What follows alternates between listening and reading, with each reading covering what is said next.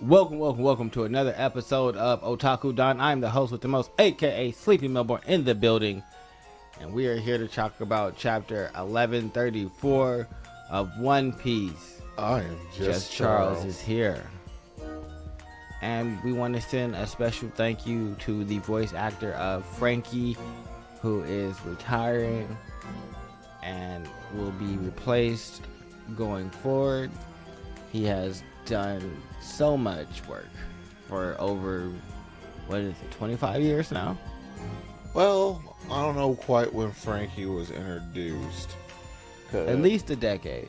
Oh, yeah. I mean, it was more so he hasn't been there for the whole 25 years, but he's at least been there for 15. Yeah, like he's been there for more years than he hasn't been. So definitely a staple inside of the franchise. Will be missed. So there is no cover art today because it is a giant color spread of Frankie with all of the Straw Hats flying on him. And they all have futuristic water guns.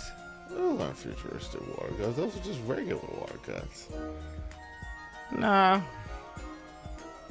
There's no water guns in One Piece, so these are futuristic water guns. What are you talking about? That's what they that's what they shoot people with. I don't think that's what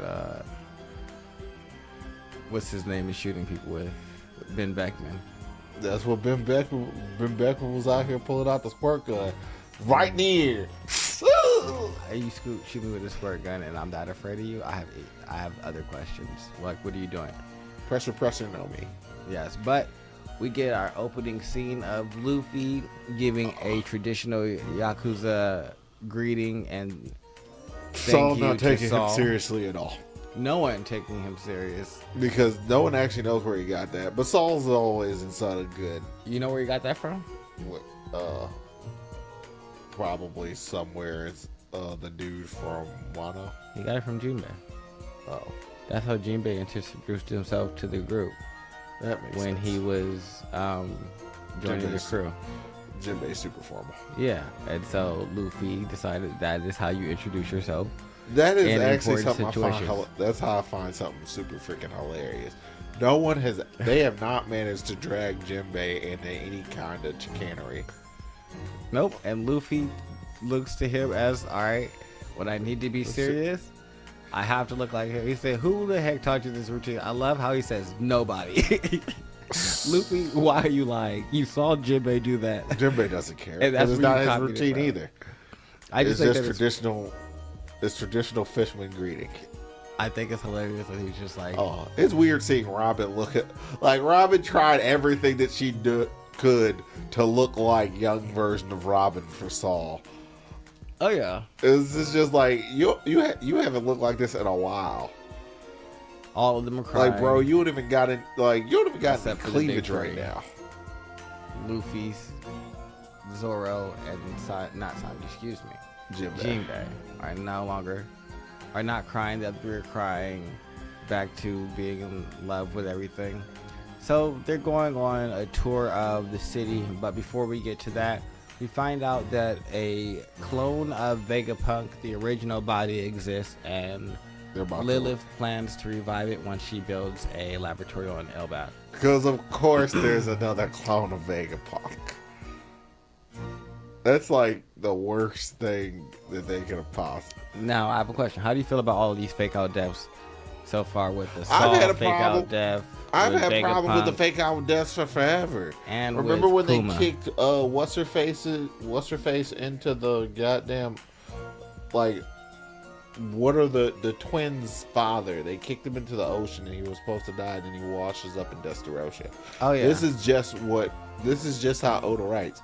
He doesn't like killing people. And I've long accepted that. So see, I don't have a problem with it. I guess I'm on the opposite side where once the author shows me, all right, I'm not killing people. Yeah, it's just I've accepted it. Yeah, I'm just cool. I'm like, all right, cool. I don't need them to die. I don't really care about that. Doesn't undermine it doesn't undermine the feelings that I had in the moment. It does, like if you look back knowing that he's coming back to life, yeah, it kind of cheapens it, but you don't know that when you're feeling it. So yeah, with moments like this, it's kind of annoying. It's just like, oh, well, you kind of just invalidated the way I felt about this because now I know Vegapunk's going to be alive again. Now, it's very possible that you don't see Vegapunk again for like the rest of this entire series. With Vegapunk, I feel that there's a lot of clues that he was coming back, and then also with Lilith there, York still alive, like, and the big giant brain on Punk Towers. It's like Vegapunk never really died to me, so it's like him getting a body that just looks like Vegapunk doesn't really matter. Bird, Vega never really dies. Yeah, Vega never really, for real. He doesn't. So Vegapunk has been around, so it's just like I'm fine with a body of Vegapunk being there. That's cool. Oh, I mean, it didn't surprise me. I feel like a lot of people were like, oh, just like, I don't know, he's been doing this for a while. And like, if Ace just that's part of the reason why Ace dying stuck as hard as it did within the fandom because he doesn't kill people. So I guess he only reserves killing people for the utmost of people. Like, there are some people I am correct about them just not coming back. It doesn't seem like he's gonna bring back Big Mom or Kaido. I feel like we would have seen something by now. Orochi's dead. Like, some people just die and stay dead. Yeah. And it tends to be villains. But your allies, he really doesn't like killing allies. Like, he killed a couple of allies. Who outside of Ace? Well, I guess Whitebeard. Whitebeard's death stuck. Whitebeard, Ace, the other dude, Kiku's brother, Izo. Yeah. With the gun. He killed Izo, and he killed Ashura Doji, dude who blew himself up. Yeah, that's true. Also, he killed some of the Minks permanently too, didn't he? Yeah, so it's like he's made things permanent on both sides. It's just. That's why for me it's more of how I felt in the moment is just how I feel in the moment, and I'm not mad. It's like I felt the sadness then, and then I get to feel the happiness later.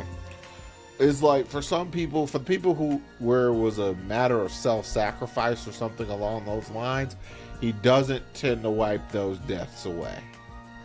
No, because the part of the sacrifice has to mean something. And as long as he keeps that core tenet and doesn't deviate too far from that, that means it's just like, okay, so this is just how Oda sees this, and I'm just going to have to be okay with that. And I am. Yeah, so. But yeah, Vegapunk should be coming back. They get to see the village, like I said. Luffy is standing on a giant warrior of Elbaf.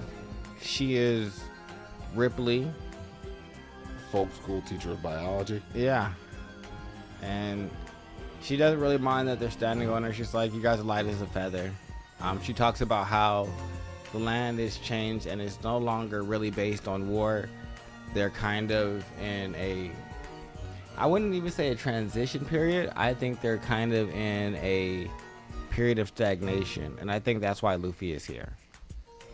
Well, I mean, they've not bothered being in a period of stagnation based upon that teleportation thing that happens at the end of this. But I don't think there's not a period of growth in terms of knowledge. Like, they have a whole college. They got the only college in all of One Piece. Well, the reason that I say that is a period of stagnation is, yes, they have the Owl Library where these books become giant for giants to be able to read them. And it's a school, and they're teaching young giants information. But that's only part of what's going on, because that was what the old king wanted. But they don't have a new sovereign in place, because I would say it seems like Haruden doesn't look like he wants to be the king. Nobody wants. Well, or the person who they wanted to be the king, Loki killed. Loki killed the previous king who was moving this in the direction of peace, things like that. But I think that they said that he was in conflict with the elders. So clearly some of the other giants don't want this. So that's why I feel like it's a stagnation period where it's like, sure, this is happening here, but right now there's no king to like really make a directive where like, all right, this is what we're doing as a nation. So there's probably other places where they're like, no, we're gonna go back to just training for war and what we used to do, because I mean, that's what you we can wanted train to for do. war, but the Giants don't go to war with anybody. So what's the point? They go to war with each other. That was their thing. Like, we war and battle each other. Like, that's our thing. Like, we could battle for 50 years and it just be like no big deal. Like, you know, the two captains were battling on an island for 100 years over fucking who could kill the biggest sea king. It's like they just go just kill go, Sea they Kings just go and to figure it war. out. I mean, I would say that's stagnation too. Doing the same just because it's I the don't same. think that it's not stagnation. That's why, that's why I think Luffy's here to like help them bring a change. But I don't know if it's necessarily going to go in this direction, because I think that Loki's going to get free, because we see Loki in this chapter and he doesn't necessarily. His conversation with Mosa makes him seem more like, I would say, a sympathetic figure. Who was he talking to? Someone named Mosa. I don't know how you got a snowy train challenger cell. But yeah, he's talking about how that he's frustrated, and how Mosa was basically shaken from a day when people came and destroyed and killed all his family and things like that. And he's like, hey, if I was there, I would have helped protect you and would have destroyed him. And Mosa's like, you say a lot of things that sound harsh, but are really based on like protecting your friends and the people that you care about. Yeah, but you still killed the king. It's like... But maybe he killed the king because he felt like he wasn't going to allow them to be in a place to defend themselves. And if the king was naive and thought that going to the world government was just going to be... did the king go to the world government? We don't know. He wanted to open it up and have open trade and things like that. And then we know Loki killed him. So we don't know exactly how the king wanted to go about things. We also only know so far what certain people have said about the king and what they've said about Loki. I would like to get like a little flashback, and maybe the king had a different side to him, that he was a little tyrannical, or... I mean, based upon the way everybody's moving about, I don't think that they would have known. I think something like he had a hidden agenda. Typically being a tyrant, that kind of shines through in some type of way. But only thing that we've seen is this dude chained up by Shanks, who is kind of more of a devil may care type of person to begin with. Well, my thing is, what if he got chained up by Frank? By Frank? Or Stabs? It's what I'm calling Shanks' twin brother that we see at the end of this chapter. I mean, I would say that, except for Shanks was literally just there. Like, it wasn't that long ago where Shanks was. Yeah, but he's been Elbaf. chained up for 2 years. I mean, if everyone is saying Shanks chained this dude up and Shanks was just there, it's just like, you chained up Loki. It's just like, No one said that he chained up Loki. Yeah, they did. No, they said that all the warriors of Elbaf had to stop him. And he just said that Elbaf is Loki. Shanks is a coward. No one said that he's the one that actually chained him up. I mean, also Shanks technically rules over the island.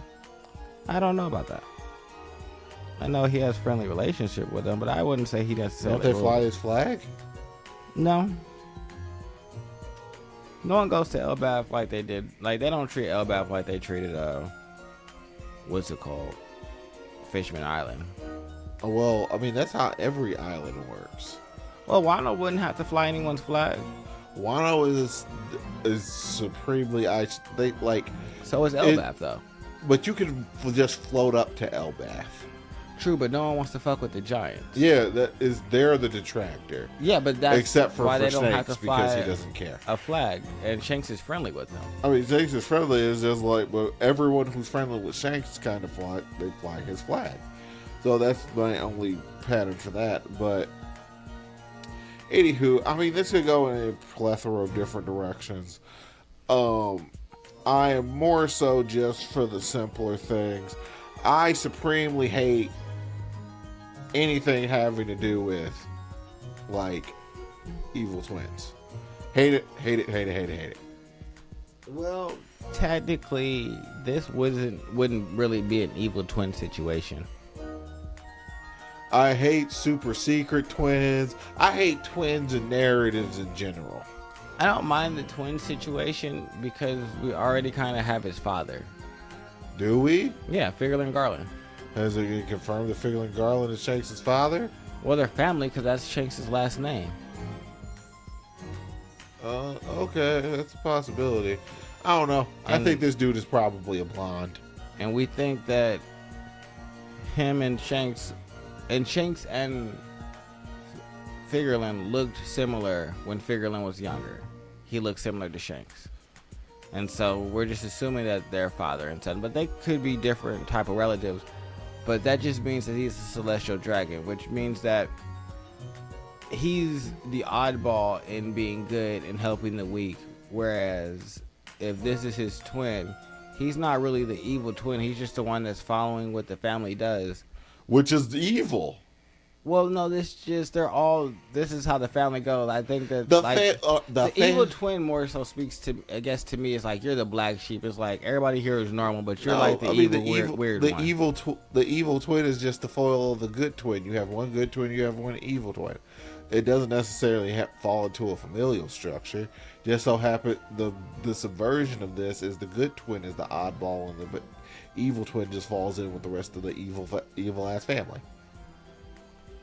Okay, well, if that's how you see it, then I'm still alright with twins. So, low evil twins with a burning passion, low hanging fruit. We'll It's a low hanging way of ratcheting up. Like, what's Shanks doing here? Oh, look, it's his evil twin. Because no one thinks that's Shanks.